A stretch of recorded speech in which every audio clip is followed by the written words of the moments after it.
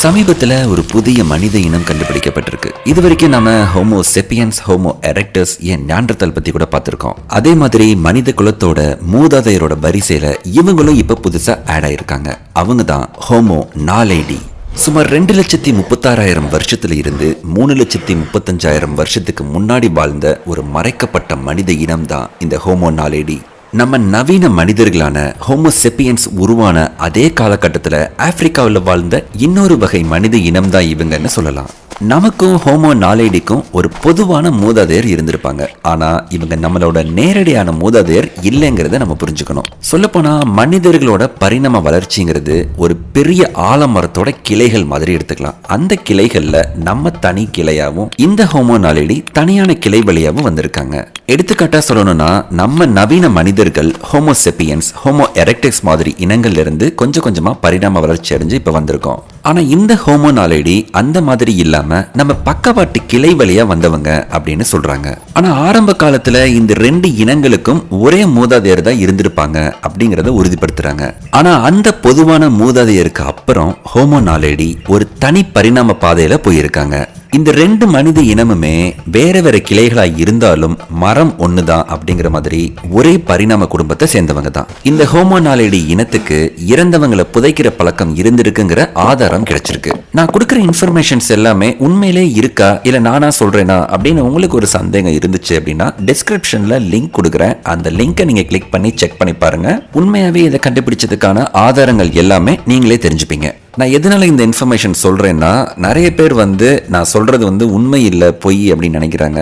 அதனால தான் இந்த லிங்கையுமே நான் ஆட் பண்றேன். ஸோ செக் பண்ணி பார்த்து உங்களுக்கு டவுட்ஸ் இருந்தா அதை கிளியர் பண்ணிக்கோங்க. சரி, இப்போ இந்த ஹோமோ நாலேடி இனத்தை எப்படி கண்டுபிடிச்சாங்க, அதுல என்னென்ன ப்ராப்ளம்லாம் ஃபேஸ் பண்ணாங்க அப்படிங்கிறத கிளியரா சொல்றேன். 2013 லீ பெர்கர்னு ஒருத்தரோட தலைமையில ஒரு டீம் அமைக்கிறாங்க. சவுத் ஆப்பிரிக்கால மனித குலத்தோட தொட்டில் பகுதி அப்படின்னு சொல்லப்படுற, அதாவது ரைசிங் ஸ்டார் குகைக்குள்ள ஒரு எதிர்பாராத கண்டுபிடிக்கிறாங்க. அந்த குகைக்குள்ள ரொம்ப குறுகலா, ரொம்ப ஆபத்தான, ரொம்ப இருட்டான ஒரு பகுதி இருந்திருக்கு. அங்க ஆராய்ச்சி பண்றப்போ நூற்றுக்கணக்கான எலும்பு கூடுகள் அங்க சிதறி கிடக்கிறத கண்டுபிடிச்சிருக்காங்க. அதை பார்த்ததுக்கு அப்புறம் தான் இது ஒரு புது ஹோமோ இனம் அப்படிங்கறதே தெரிய வந்திருக்கு.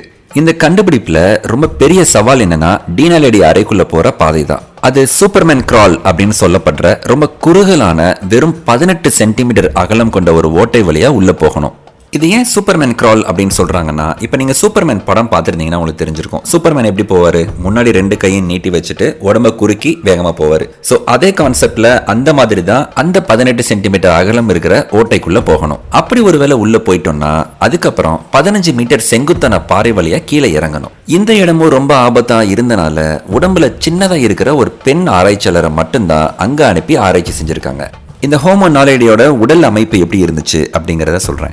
ஒரே நேரத்துல பழமையான குரங்கு மாதிரியும் அதே சமயம் நவீன மனிதர்கள் மாதிரியும் ஆச்சரியமான கலவை கொண்டதா இருந்திருக்காங்க. சரி, இதுல குரங்கு மாதிரியான அம்சங்கள் அப்படின்னு எதை சொல்றாங்கன்னா, சின்ன மூளை. ஹோமோ நாலேடியோட மூளை அளவு சுமார் 465 இருந்து 610 கன சென்டிமீட்டர் வரை தான் இருந்திருக்கு. இது நம்ம இப்போ இருக்கிற நவீன மனிதர்களோட மூளையில 3ல் 1 பகுதி தான். இந்த சின்ன மூளையோட அளவு பாத்தீங்கன்னா ஆஸ்ட்ரலோபித்திகஸ் அப்படிங்கிற பழமையான ஹோமினின்ஸ்களோட ஒத்து போகுது. சரி, யார் இந்த ஆஸ்ட்ரலோபித்திகஸ் அப்படின்னு உங்களுக்கு ஒரு டவுட் வரலாம். சோ நான் என்ன பண்றேன்னா, இந்த வீடியோவோட எண்டில் மனிதர்கள் ஆரம்ப கட்டத்தில இருந்து என்னவெல்லாம் பரிணாம வளர்ச்சி அடைஞ்சிருக்காங்க அப்படிங்கறத டீடைல்டா ஒரு சார்ட் மாதிரி கொடுக்குறேன். சோ கொடுக்கும்போது உங்களுக்கு இந்த ஆஸ்ட்ரலோபித்திகஸ் யாரு, அவங்க எந்த இயர்ஸ்ல வாழ்ந்தாங்க, அதுக்கப்புறம் என்னவா மாறினாங்க அப்படிங்கிற டீடைல்டா உங்களுக்கு புரிஞ்சிடும். அதே மாதிரி மனிதனோட எவாலுவேஷன்ல என்னவெல்லாம் மனிதர்கள் மாறிட்டே வந்தாங்க அப்படின்னு சொல்லிட்டு ஒரு 33 இருந்து 35 இனங்கள் இருக்கு. அது எல்லாத்துக்குமே இண்டிவிஜுவலா ஒரு வீடியோ ஃபியூச்சர்ல நான் போடுறேன். அடுத்த எடுத்துக்காட்டு என்னன்னா, வளைந்த விரல்கள். அவங்களோட விரல் எலும்புகள்லாம் பாத்தீங்கன்னா வளைஞ்சிருந்திருக்கு. இது மரத்துல ஏறுறதுக்கும் கிளைகளை பிடிக்கிறதுக்கும் வசதியா இருந்திருக்கலாம். அதே மாதிரி அது அவங்க மரங்கள்ல ரொம்ப நேரம் செலவழிச்சிருக்கலாம் அப்படிங்கறதையும் காட்டுது. அதே மாதிரி அவங்களோட தோள்பட்டையோட அமைப்பு பாத்தீங்கன்னா இப்ப இருக்கிற மனிதர்கள் மாதிரி இல்லாம ரொம்ப பழமையான ஹோமனின்களை மாதிரியே மேல் நோக்கி இருந்திருக்கு. இதுவும் மரத்துல ஏறுறதுக்கு, மரத்துல கிளைகளை பிடிச்சு தொங்குறதுக்கு ஈஸியா இருந்திருக்கலாம் அப்படின்னு சொல்றாங்க. சரி, இப்ப மனிதர்கள் மாதிரி இருக்கிற அம்சங்கள் என்னென்ன அப்படிங்கறத சொல்றேன். இவங்களோட பாதங்களும் கால்களும் நமக்கு மாதிரியே, அதாவது நவீன மனிதர்களுக்கு இருக்க மாதிரியே இருந்திருக்கு. இதை வச்சு அவங்க 2 கால்கள்லையும் நல்லா நடக்க தெரிஞ்சிருப்பாங்க அப்படிங்கறத சொல்றாங்க. அவங்களோட இடுப்பு, கால் எலும்புகள் எல்லாமே நேரா நிமிர்ந்து நடக்கிற மாதிரி தான் இருந்திருக்கு. அவங்களோட உள்ளங்கை அமைப்பு பாத்தீங்கன்னா கருவிகளை பிடிக்கிறதுக்கும் சின்ன சின்ன வேலை செய்யறதுக்கும் ஏத்த மாதிரி இருந்திருக்கு. அதே மாதிரி அவங்களோட பற்கள் பார்த்தீங்கன்னா நவீன மனிதர்களான நம்மளோட பற்களோட ஒத்து போகுது. உடல் அமைப்பிலையும் 1.5 மீட்டர் அளவுக்கு உயரமா இருந்திருக்காங்க. 40 இருந்து 55 கிலோ எடை கொண்டவங்களா இருந்திருப்பாங்க அப்படின்னு அவங்களோட எலும்புக்கூடுகளை வச்சு மதிப்பிடுறாங்க. சரி, இவங்க 2,36,000 வருஷத்துல இருந்து 3,35,000 வருஷத்துக்கு முன்னாடி வாழ்ந்தாங்க அப்படிங்கிறது ஏன் முக்கியம் அப்படிங்கறத இப்ப பார்க்கலாம். ஏன்னா இதே காலகட்டத்தில் தான் ஆப்பிரிக்கால ஆரம்ப கால ஹோமோசெப்பியன்ஸ், அதாவது நம்மளோட முன்னோர்கள் தோன்றி வளர்ந்துகிட்டு இருந்தாங்க. அதோட நியாண்டர்தல் மாதிரி மேம்பட்ட ஹோமோ இனங்களும் இந்த நேரத்தில் தான் உலகத்துல இருந்தாங்க. இந்த நியாண்டர்தல் அப்படின்னா யாருங்கிறத ஒரு தனி வீடியோவே, லாங் வீடியோவே போட்டிருக்கேன். ஸோ அதை செக் பண்ணி பாருங்க, ரொம்ப ரொம்ப இன்ட்ரெஸ்டிங்காக இருக்கும். அந்த வீடியோவோட லிங்கை டிஸ்கிரிப்ஷன்ல ஆட் பண்றேன், மேலே டேகும் பண்றேன், செக் பண்ணி பாருங்க. சொல்லப்போனா சின்ன மூளை கொண்ட பழைய அம்சங்கள் நிறைந்த ஒரு ஹோமோ இனம் அதே நேரத்தில் பெரிய மூளை வளர்ச்சி கொண்ட நவீன மனிதர்களின் மூதாதையர்களோட ஆப்பிரிக்கால வாழ்ந்தாங்கிறது மனித பரிணாம வளர்ச்சி ஒரு நேர்கோட்டு பாதைங்கிற நம்ம பழைய கருத்தையே அடியோட மாத்திருச்சு. இது மூலியமா வெவ்வேறு ஹோமோ இனங்கள் ஒரே காலகட்டத்தில் ஒரே இடத்துல வெவ்வேறு பரிணாம வளர்ச்சிகளோட வாழ்ந்தாங்கிறத ஹோமோ நலேடி நமக்கு ஈஸியா கற்றுக் கொடுக்குது. இவங்களுக்கு நவீன மனிதர்கள் மாதிரியே ஒரு வித்தியாசமான பழக்கம் இருந்திருக்கு.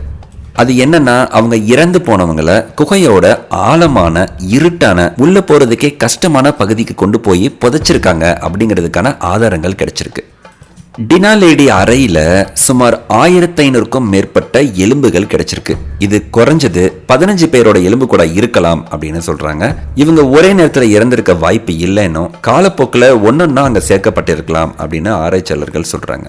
இறந்தவங்களை இப்படி ஒரு குறிப்பிட்ட இடத்துக்கு கொண்டு போறது அவங்களுக்கு ஒரு விதமான சடங்கு முறையா இருந்திருக்கலாம், இல்லைன்னா இறந்தவங்களை அப்புறப்படுத்துறதுக்கு இது ஒரு நோக்கமா இருந்திருக்கலாம்ங்கிறதையும் காட்டுது.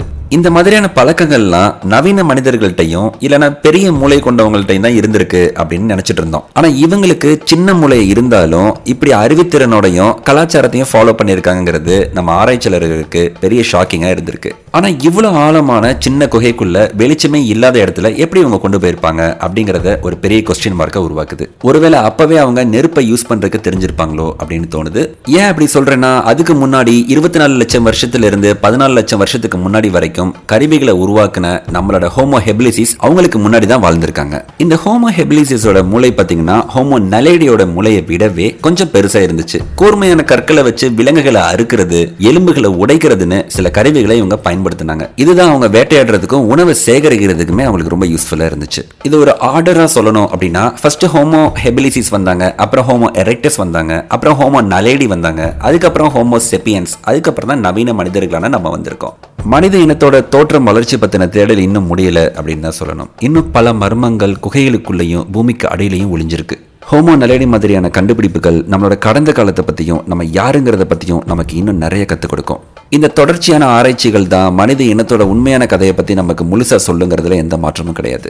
இதுக்கு முன்னாடி சிங்கிள் செல்ல இருந்து லைஃப் எப்படி இந்த எர்த்தில் உருவாச்சு அப்படிங்கிறத உங்களுக்கு நான் டீட்டெயிலாக கொடுத்துருப்பேன். பட் ஆனால் சிங்கிள் செல்ல இருந்து மனிதனோட பரிணாம வளர்ச்சி மட்டும் எப்படி இருந்துச்சு, அதாவது 33 விதமான மனித இனங்கள் நம்மளோட பரிணாம வளர்ச்சியில் கடந்து வந்திருக்கோம். அதை பற்றின டீட்டெயிலான இன்ஃபர்மேஷன் இண்டிவிஜுவல் வீடியோவா உங்களுக்கு வேணும்னா எனக்கு கமெண்ட்ல சொல்லுங்க, கண்டிப்பாக நான் அப்லோட் பண்ணுறேன். இந்த வீடியோ உங்களுக்கு பிடிச்சிருந்தா இந்த வீடியோக்கு ஒரு லைக் பண்ணிட்டு நம்ம சேனலை மறக்காம சப்ஸ்கிரைப் பண்ணிக்கோங்க. தேங்க்யூ.